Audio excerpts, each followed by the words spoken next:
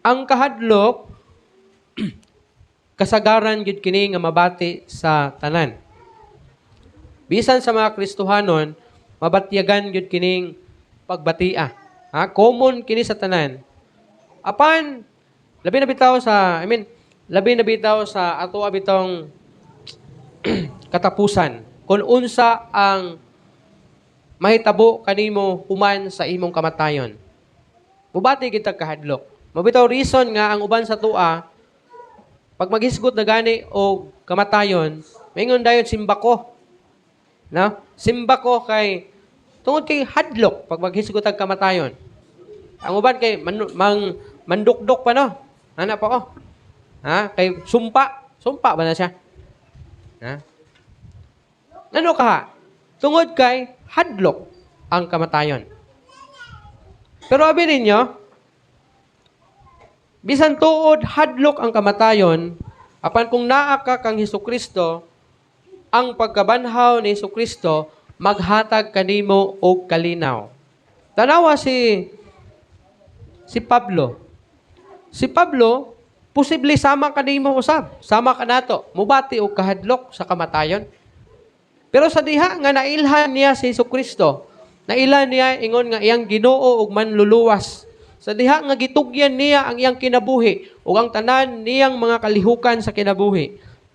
Samtang naglatagaw o samtang nagpanaw siya dito sa dalan sa Damascus, wala na siya mibati og kahadlok. Gani ang kamatayon gihimo niya kining o giisip niya kining nga kadaugan. Sa diha nga miingon siya, kay alang kanako ang pagkamatay mao'y akong kadaugan. Kay alang kanako ang pagkinabuhi. Diha kang Kristo ang pagkamatay mao ang kadaugan. So, hadlok siguro sa iya niadtong wala pa si Kristo sa kinabuhi. Apan sa diha nga nailhan na niya si Kristo sa kinabuhi o gitugyan niya ang kinabuhi ngadto kaniya siya wala na mubati o kahadlok. Gani baliktad na ang nahitabo. Iya kining giisip na ang kamatayon usa ka kadaugan. Mura ni siya og parachute. No? Sa diha nga nagkabiba ka og parachute, mubati ka og kahadlok labi na kun sa tan-aw nimo o sa unahuna nimo nga murag basig dili ni siya mubukag o mubukad. Inig lukso na ko ani. Kumpara kung naka sa helicopter, nagkabiba ka og parachute. And then nakay fear na basin og dili nimo bukad. Matiurok ko ani. Pero sa pikas nga bahin, tungod sa reason na kinahanglan gyud nimong moambak. Kinahanglan gyud nimong mo-dive.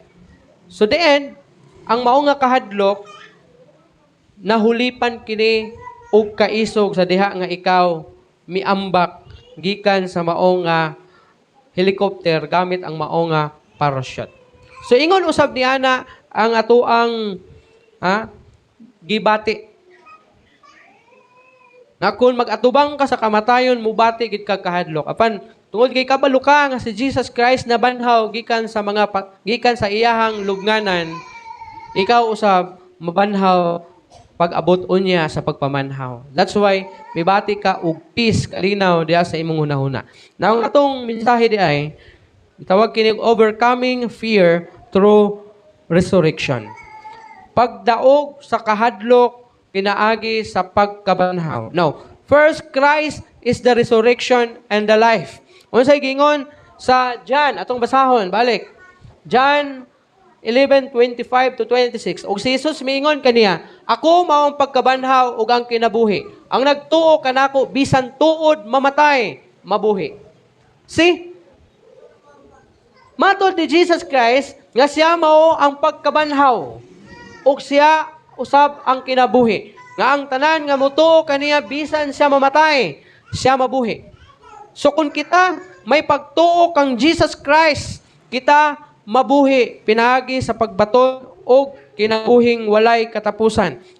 Pinaagi sa pagkabanhaw diha sa kamatayon o diha sa pagkamatay. Now, eternal life is guaranteed for believers.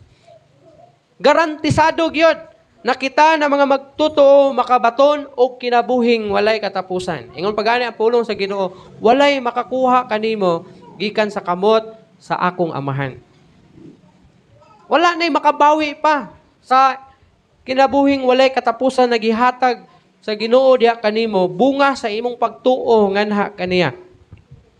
Mabitaw kung magisgot ta og security og kaha kining nga gitawag eternal nga kaluwasan, ang pulong sa Ginoo nag-ingon sa Episo 2:8, pinaagi sa pagtuo o pinaagi sa grasya kamo naluwas tungod sa pagtuo. Subot pasabot, tungod sa grasya kita nakabaton og kaluwasan tungod kay mituo man ta sa Ginoo. Motong katong mga young people kamo bitaw nga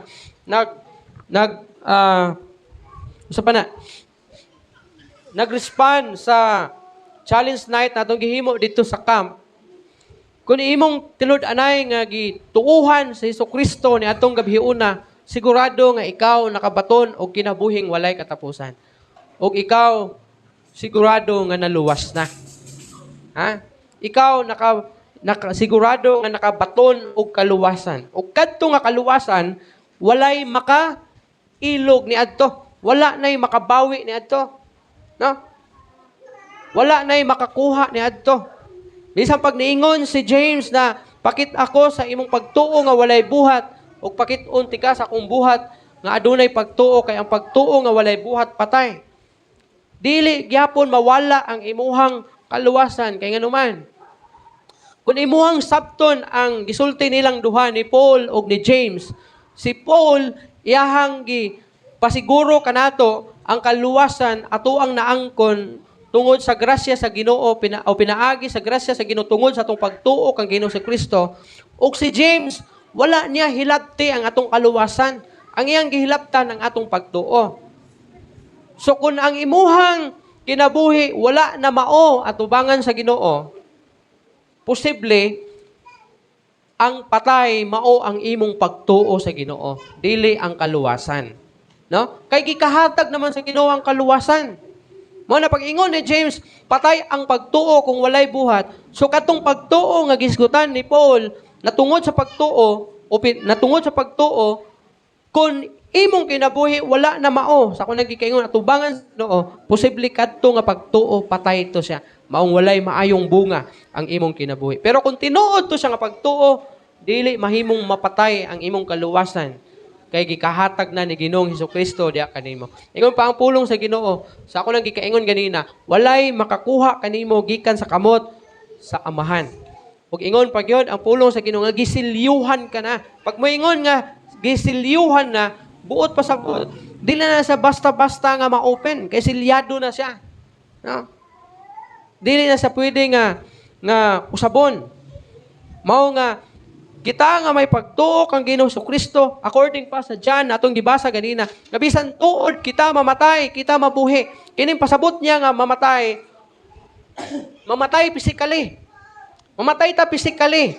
Sa ako nang gikaingon kitang tanan mga matay physically gawas lamang atong maabtan sa pagbalik sa Ginoo. But kung dili ta maabtan sa pagbalik sa Ginoo kitang tanan mga matay. Pero ayaw kabalaka kay moabot ang adlaw sa adlaw unya sa pagpamanhaw o sa adlaw sa rapture, kita mga banhaw. Mabitaw na sa panahon unya sa rapture, according pa sa sa libro sa Thessalonians.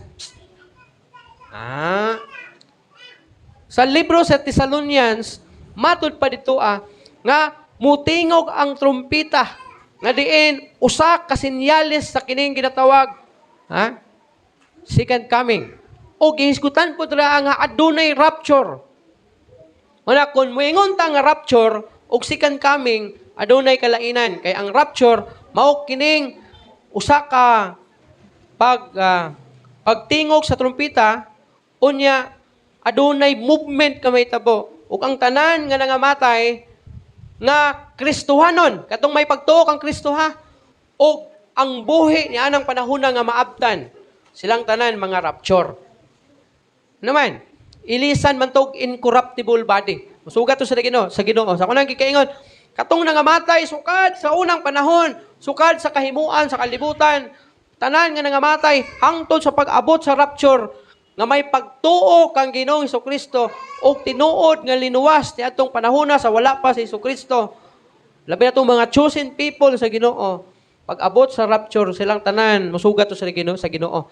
Amo kaya pa ingon sa langit o kita na mga buhi, kung maabtanta nga buhi, magsunod sa mga patay. Kanya, banos ang Great Tribulation. And then after Great Tribulation, before mahuman ang Great Tribulation, second coming. Kay munaog man si Jesus diri sa kalibutan. No? So, inanang may tabo.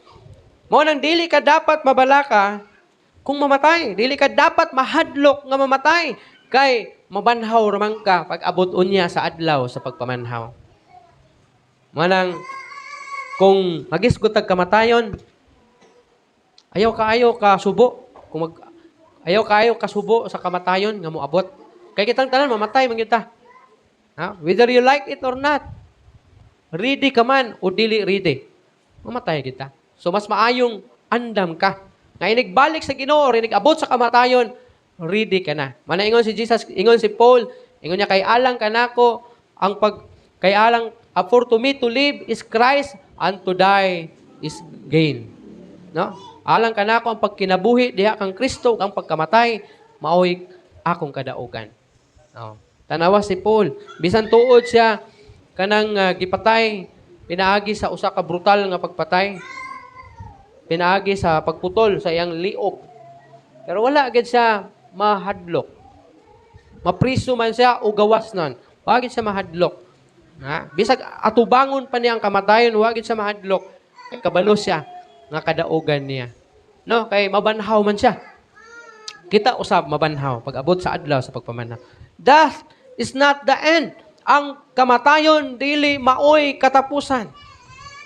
Dili pareha sa ubang mga pagtulunan na kung mamatay ang tao, tapos na, human na. Pero kita, na mga Kristohanon, ang kamatayon, dili maoy katapusan. Mamatay ka man physically, pero pag abot sa pagpamanhaw, mabanhaw ka. Pero ang subo, nga kung wala kay Kristo sa imong kinabuhi, wala kami ilah kang Ginoong Hesukristo as your Lord and Savior sa imong kinabuhi, ang imong kamatayon, maoy kapildihan. Kaya nga naman, posible masinatian nimo ang ikaduha nga kamatayon. Ang unang kamatayon, masinati nato, which is kamatayon physically. Ang ikaduhang kamatayon, kung wala kay Kristo, masinati usab nimo.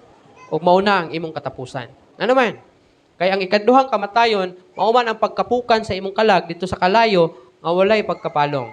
Ingon ang pulong sa Ginoo, kay ang bayad sa pagpakasala, kamatayon. Ingon ang Revelation 20:15, ingon niya, ang tanang kansang ngalan, wala may sulat sa libro sa kinabuhi, sila itambog sa linaw nga kalayo. So, adunay katapusan sa kamatayon kung wala kay Kristo. But for us na mga Kristohanon, ang kamatayon dili may katapusan. Kung dili ang kamatayon, mao kini siya ang kadaugan. And lastly, living fearlessly in daily life. Unsa daw? Pag kinabuhi, adlaw-adlaw nga walay kahadlok. Ang problema man gud nato ng mga Kristohano, labi na kung wala kay security, dili security guard, kundi security sa imong kaluwasan. Kana bitang bisag Kristohano na ka pero naguna-una ka nga, langit ka ako kung mamatay ko. Bisan naa sa inyo ha diri Mao na akong nabantayan. Bisan tuod baptista nya nagtuo ta og security, pero daghan gyapon sa tua naghuna-huna nga malangit ka kung mamatay ko. Kini lang ako iklaro sa inyo ha. Dili mo dapat mahadlok. Ano man? Ang pulong sa Ginoo nag-ingon, sa tanan nga midawat, mituo sila gihatagan o katungod na mahimong mga anak sa Dios. Kung tinuod nga ikaw mituo kang Jesus Christ as your Lord and Savior sa imong kinabuhi, dili na ka mahadlok. Dili ka dapat magduha-duha nga luwas ba ka o dili. I remember sa una, first 2012 siguro to siya. First 4 months na ako diri. Nguntan ako sa mga young people that time. Sila, isa to sila Rian, nga grupo. Nanabtan ako diri. Nguntan ako, sila Angel, sila Apple, sa patong upan. Nguntan ako sa inyo ha. Kung mamatay mo karon, gabihion na, sigurado bagid mo nga luwas mo o langit mo. Ingon to sila, tubag nila. Sila tao na patong uban So, 50-50, pastor. Dili siguro. Ang uban, ambot lang, pastor. Ah. Sultihan ko kamo sa tinuod. Kung tinuod nga ikaw mituo kang Ginoong Kristo, dili ka dapat moingon na 50-50 o 50-80 or 80-90. Dili ka dapat magunahuna nga kanang unya na siguro mamatay ko, may balaan ako. Kaya nga naman, basta may pagtuo ka kang Ginoong Kristo, tinuod nga maluwas ka. Kaya kung mingon ka, unya, nagmay balaan ako, kung mamatay ko, unyag mamatay ka, unyag maimpyerno ka, napakay mahimo. Lang, magmaingon ka nga, balik sa ko sa kalibutan, ibalik sa ko sa kalibutan sa tanas, kay init, mga sa impyerno. Mo nang dapat sa buhi pa ka, sayron ni mo, kung nasa ka paingon, langit ba o impyerno? Mo nang, kumingon ka nga, kumingon ta nga, may balaan ba sa tao kung asa sa paingon, langit ba o impyerno? May balaan, oy. Ikaw mismo, kabalo ka kung asa ka adto, kung mamatay ka. Bisan karon nga buhi pa ka. Ayaw sa pana? Ayaw target-targeta ang imong destinasyon, inig mamatay ka. Ayaw gid pag-ingon na ambot lang kag malangit pa ka ako ani. Pero gusto ka matog langit. Sa buhi pa ka, karon nga buhi pa ka, pwede na nimong sayron kung asa nimo gusto mo adto, langit ba o impyerno. Kung gusto ka mo adtog langit, desisyon nga buhi pa ka, pinaagi sa pagtuo kang Ginoong Kristo. Mana kung muingon ka nga, may balaan na niya, pastor, kung mamatay ko. Dili na inana. Kay kung mamatay ka, padulong ka impyerno, wala na kay mahimo. Dapat sa buhi pa ka, imuha ng sayron kung asa ka paingon, langit ba o impyerno. O klaro ang gisulti sa pulong sa Ginoo. Na kung ikaw mutuo kaniya, ikaw makabaton og kinabuhing walay katapusan. Diba? Ingon ang John 3:16, kay gigugma sa Dios ang kalibutan, ug tungod ni anak, gihatag niya ang iyang bugtong anak. Aron ang tanan nga mutuo kaniya, siya dili mamatay, kundi makabaton og kinabuhing walay katapusan. So, kana pa lang nga bersikulo, kabalo na ka kung asa ka paingon kung mamatay ka. Kung mutuo ka kang Jesus Christ, ikaw makaangkon og kinabuhing walay katapusan. Manang kumingon ang mga tao nga wala sila kabalo kung asa paingon langit ba o impyerno, kay dito ra nila may baluan kung mamatay sila, sayop na. Usana siya kasinyalis nga wala gid siya pagtuo kang Ginoong Kristo. Kung may pagtuo man siya pero dili gid buhi nga pagtuo. Kato bitong giingon ni James na patay nga pagtuo. Patay nga pagtuo. Na ingon pa diri aron nga sa pagkinabuhi nga way kahadlok adlaw-adlaw, pinaagi sa pagsalig sa Ginoo bisan taliwala sa mga pagsulay. Sulayon mo kita. Aron mo doubt ta, aron magduha-duha ta kung luwas ba ta o dili. Labi na bitaw kung makasala ka. Asa may inyohang una-una. Pag makasala ang usa ka Kristohanon, maingon dayon ta. Matay, impyerno gid ko ani. Kasagaran ako madungog ana si Ate Helen. Naman si Raymond diri pero kadungog gid ko kang Ate Helen nga ang iyang yung mentality pag abot sa tao nga makasala, impyerno gyud. Pero biblically dili na mao ang gingon sa Bible. Ngano man? Musugot ka nga nangalagad ka sa Ginoo for 20 years, unya nakasala ka, unya impyerno dadayon ka. Dili. Dapat dili inaana tong Ginoo. Ngano man? Tungod kikitang tanan makasala man gyud ta, buot ba pasabot na impyerno na dayon ko? Ang Bible nagtudlo na kung ikaw makasala, latuson ka sa Ginoo. Agig pahinumdom sa imong sala nga nahimo. Dili kay kuhaon ang kaluwasan na iyang gihatag diha kanimo nya itsa ka dito sa impyerno. Dili ingon ana. Ha? Basin og naay nagtudlo og nagwali nga inyong nadunggan na kung makasala ka, impyerno na ka. Dili ana atong Ginoo. Ha? Basin mauna ang niya silsil sa inyong unahuna, hala nakasala ko, impyerno gid ko ani. Dili oy. Ang tinuod nga anak sa Ginoo, latuson siya. Tanawa ang prodigal son. Kana ang kuhaig example ninyo. Nakasala siya siyang tatay. Ano man? Ikuha niyang kayamanan. Misibat siya milangyaw. Pero, sa diha nga nahilayo siya, nasinati niyang kapaitan sa kinabuhi. Pagbalik niya siyang tatay, wala na ba siya ilha? Gingnan ba siya nga, ano mo balik makadiri? Wala na ko'y anak. Wala na taka ilha. Pero nganong gidawat man siya, o gigakos. Ingon niya, ang akong anak nga nawala, nabalik na. O, kung makasala ka sa Ginoo, kay makasala man kita sa Ginoo, latuson ta sa Ginoo. Mana kung naay latos ang Ginoo sa imo ang kinabuhi, pasalamate. Kay nga naman, timaan na nga anak ka sa Ginoo. Pero kung wa ka latusan sa Ginoo, kana pamalandungi, kay basin dili ka anak sa Ginoo. Kay bisag unsa kalagot nimo anang anak anang silingan nimo, di ka kalatos sa anak. Ano man? Di man na nimo anak. Bisang pag unsa ka buluyagon na, di ka kapasipala anak kay kung masipala mo, imo nang pasipalaan, mapriso ka. Mo nang bisag unsa ka lagot nimo nang bataa, di ka kapasipala, kapasakit, ka istorya anak, kakasaba anak, ka lusi ana yang dunggan niya. Kay dili nimo na anak. Mo na kun nangalangkit ka sa Ginoo, bisag unsa nimo kabuluyagon niya, wa jud ka kasinati og latos sa kinabuhi, mabalaka ka dapat. Ngano man? Anak ba jud ka sa Ginoo? Ano wa man kalatosa? Pero kung gilatos gani ka, mga pagsulay og lain-lain na mga problema sa kinabuhi, pagsulay, balatian, kawaladon nga naisip nimo, Lord, usa naman magsusi pud ka. Kay para pod kay usa na ka pamaagi sa Ginoo na mabalik ang imong pagpakigsuod diya saya. Dili niya tugutan maimpyerno ka diretso. Unsa na ang Ginoo? Hatag bawi sa kaluwasan, dili na natong Ginoo. Ang gingon sa Ginoo na kung ihatag niya ang kaluwasan, imo na ang kaluwasan. Share the gospel boldly. No, para dili ka mahadlok sa pagkinabuhi adlaw-adlaw. Ibalita, isangyaw ang maayo nga balita, isangyaw ang ibanghilyo may tungod sa kaluwasan. And then encourage hope in the midst of struggles. Nga adunay paglaom, taliwala sa mga struggles. Encourage nimo katong mga nagmaluyahon, katong nakasinati, umakahadlok, alisang sa kinabuhi nga marag hopeless na silang kinabuhi. Painom dumi sila. There is God. Mutuo lang ka sa Ginoo, musalig lang ka sa Ginoo. Ug itugyan lang nimo ang tanan diha sa Ginoo sigurado. Bisag unsay mudangat sa imong kinabuhi diri sa kalibutan, mamatay o mabuhi ka man. Sigurado adunay paglaom kay naa ka sa kamot sa Ginoo. Kung mamatay ka, be it. Ha? Mawanhaw ka pag-abot sa ulahi mga adlaw. Ayaw ka bala ka. Mabalaka ka kung wala kay Ginoo nya mamatay ka. Kay sigurado malaglag ang imong kalang. Tanawa ang lighthouse kanang parula. Unsay purpose sa lighthouse?